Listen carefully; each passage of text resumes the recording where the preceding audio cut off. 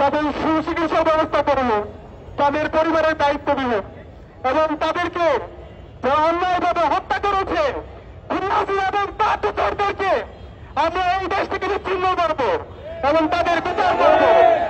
কিন্তু সাহিত্যের রক্তের পথ যে অন্তর্বর্তীকালীন সরকার গঠিত হয়েছে, আজকে তারা সাহিত্যের স্মৃতি ধারণ না করে আজকে তারা প্রতিবাদের বার্তা সার করছে।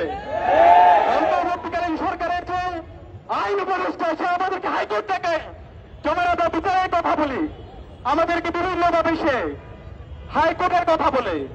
আমি অন্তর্বর্তীকালীন সরকারকে আইন উপদেষ্টা আসিফুজ্জামান স্যারকে বলতে চাই, এই ধরনের হাইকোর্ট আমাদেরকে দেখিয়েন না। 9 মাসে যদি বিচার করতে না পারেন আপনি ভেবে যান।